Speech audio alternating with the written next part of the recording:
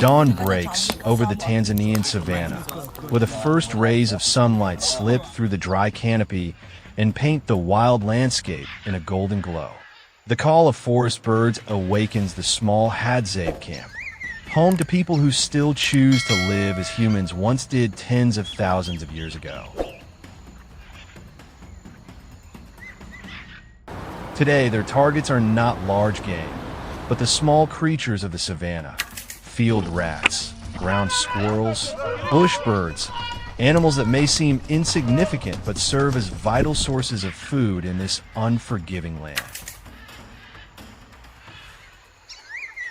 Will luck favor them today? Or will nature once again test the patience and skill of these seasoned hunters?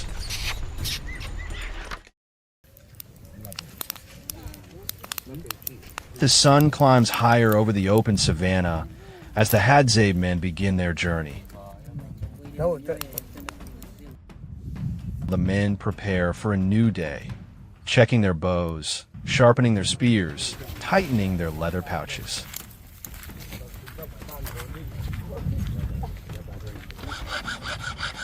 A few poison-tipped arrows and a simple digging stick.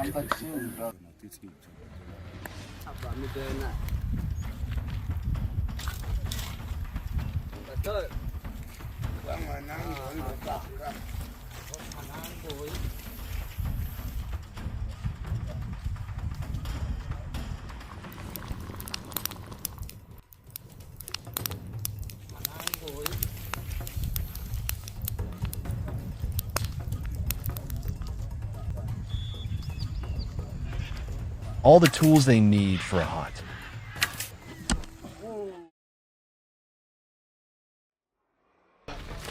They move lightly, almost dissolving into the tall grass around them.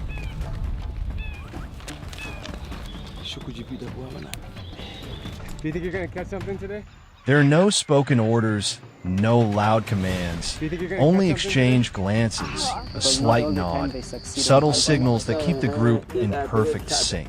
Every movement is deliberate, for a single rustle is enough to send their tiny prey disappearing into the earth.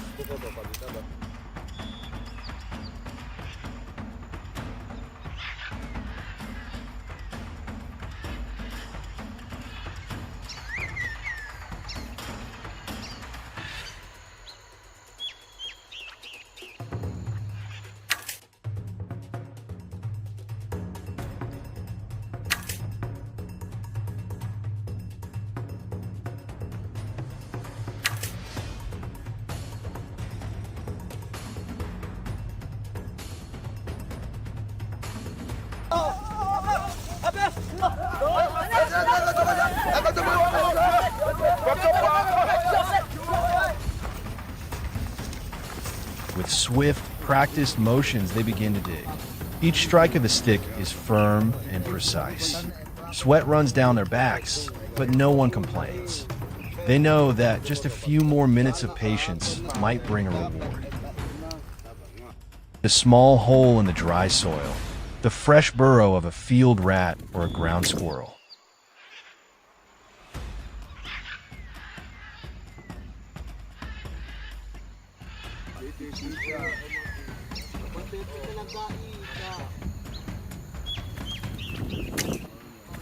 Moments later, a young boy draws his tiny bow and releases an arrow. The shot is swift and astonishingly accurate.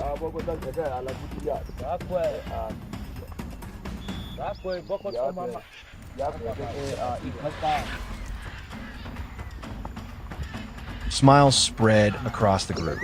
A small catch, but a victory nonetheless. To the Hadzabe, no prey is too small to matter.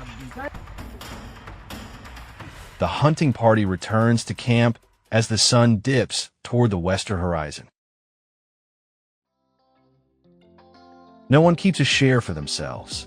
Everything is placed in the center of the clearing, where the fire is being stoked back to life.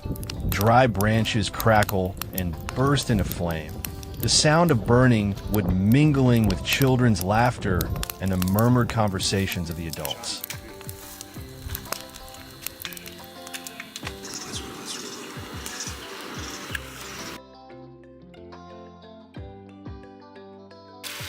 The men begin to clean the catch right where they stand, skinning, singeing, skewering, and setting each piece of meat over the open fire.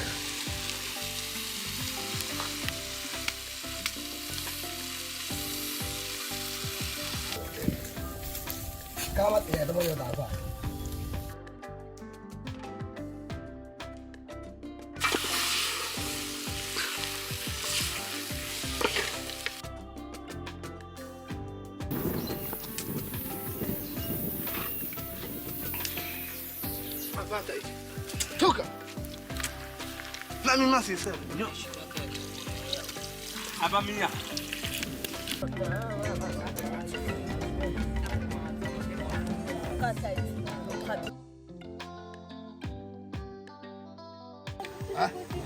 I'm a query.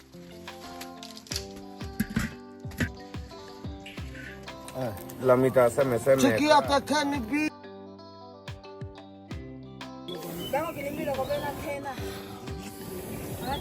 Then the food is shared.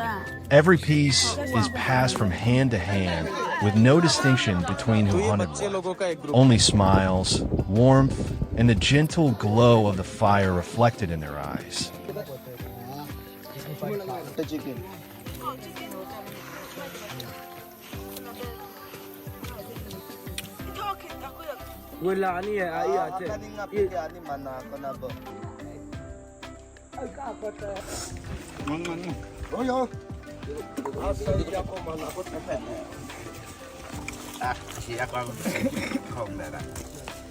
The scene feels both ancient and poetic, like a living painting from the dawn of humanity.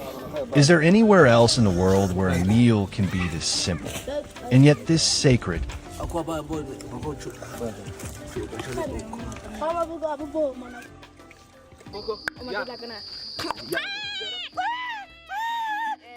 They have no wealth, no modern technology.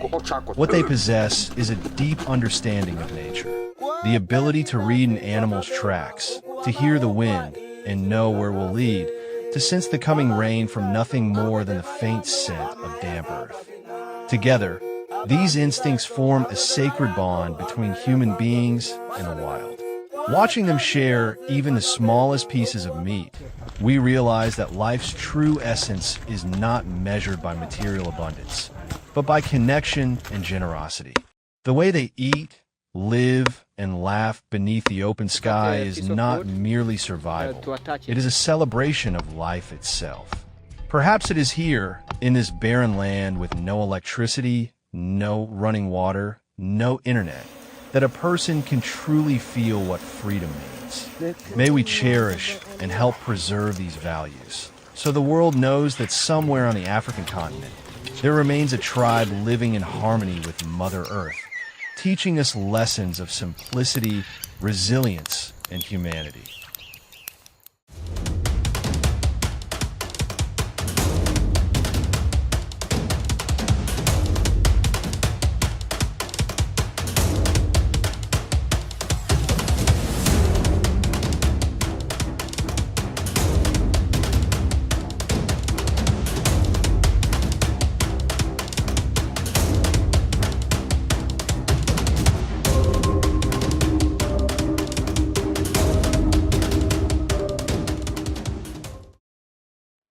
Where the sun scorches every grain of sand and the wind carries the breath of ancient spirits, the Hadzabe tribe begins their antelope hunt, a ritual of survival and gratitude to the earth and sky.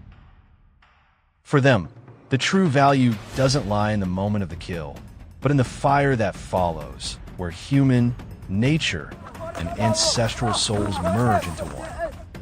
The silent morning before the hunt dawn spills over the golden plains. At the center of the camp, last night's fire still burns faintly, the flame of life, a silent prayer for those about to depart. Had's men awaken quietly, preparing for another journey.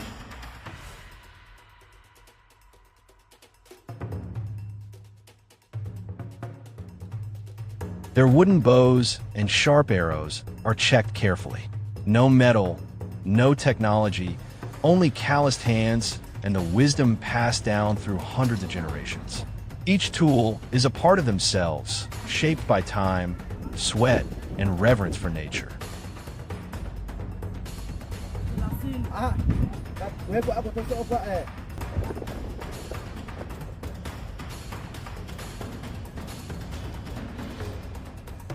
Ndio maana kama hujui kuuza kitu usije kaingia kwa watu.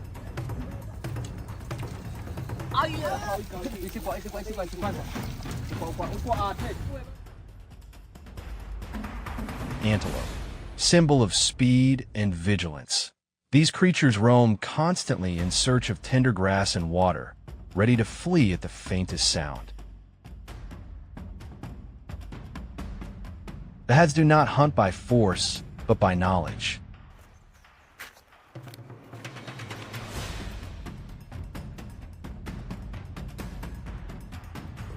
Their footsteps are light as the wind.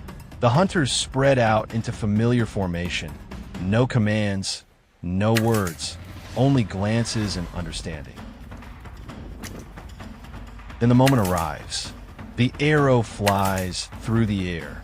The antelope bolts and the chase begins. When the prey falls, they bow their heads in thanks and smile with quiet relief.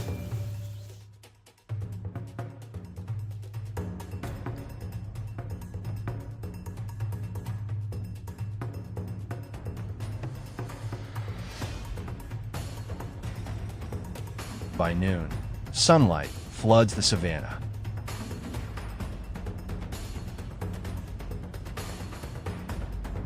The hunters return with their modest prize, enough to feed everyone in the camp. For the Hads, success is not measured by size, but by the joy of sharing.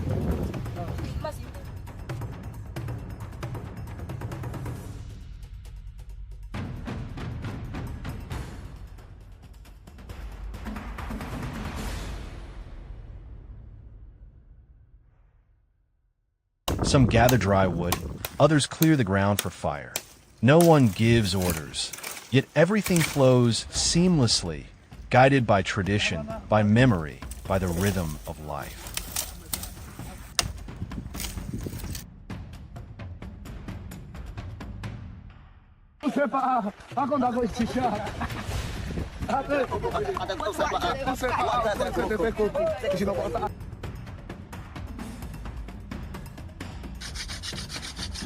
The fire-making ritual, 2 wooden sticks are laid across each other.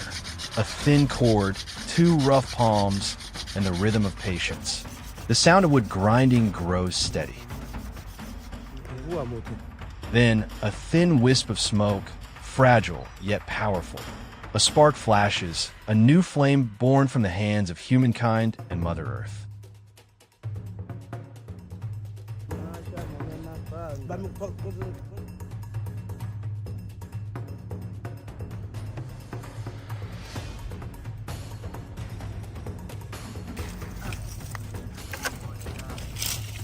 They feed it gently, small twigs, then larger branches. The fire blazes bright against the afternoon wind. The tribe gathers around it, their eyes reflecting the orange glow, the symbol of life and unity.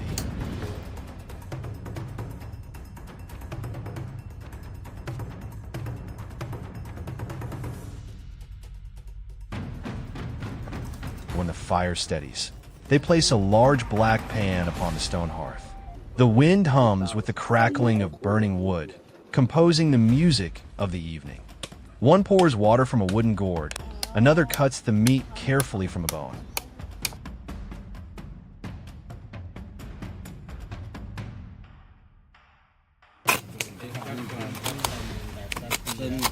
No steel knives, no metal pots, only the same hands that hunt, build, and nurture the tribe.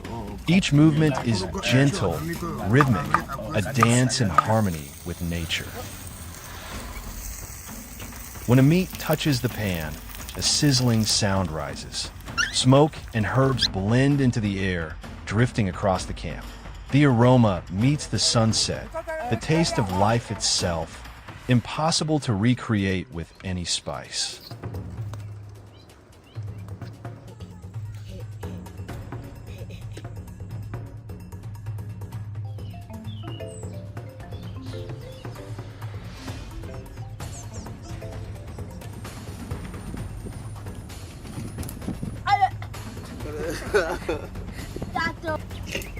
A meal of gratitude. The first portion goes to the eldest, a gesture of respect and gratitude.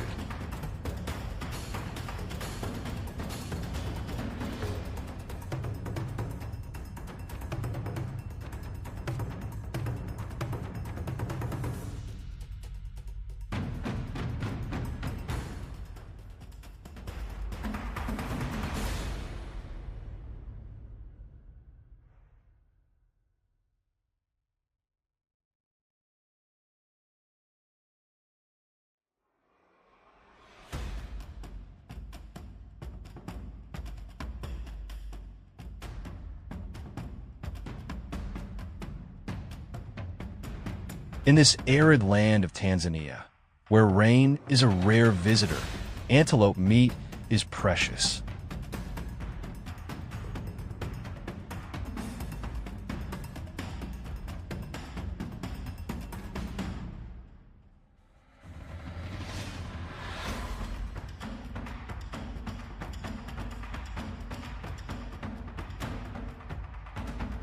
Laughter mingles with the wind.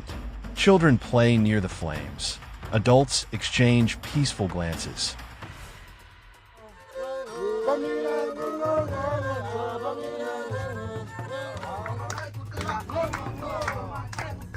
No one speaks of victory, only of gratitude for the creature that gave its life. In that light, one can see the story of humankind, from the first fire, the first hunt, the first shared meal.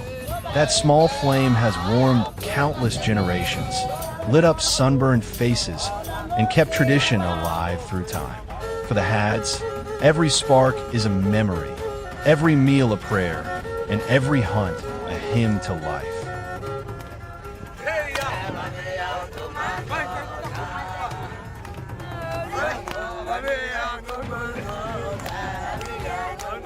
The fire still flickers. Old tales and ancient songs echo beneath the starlit sky. It warms not only the Had's people, but also the hearts of those who watch, reminding us to honor the natural world, where all living beings share the same breath of life.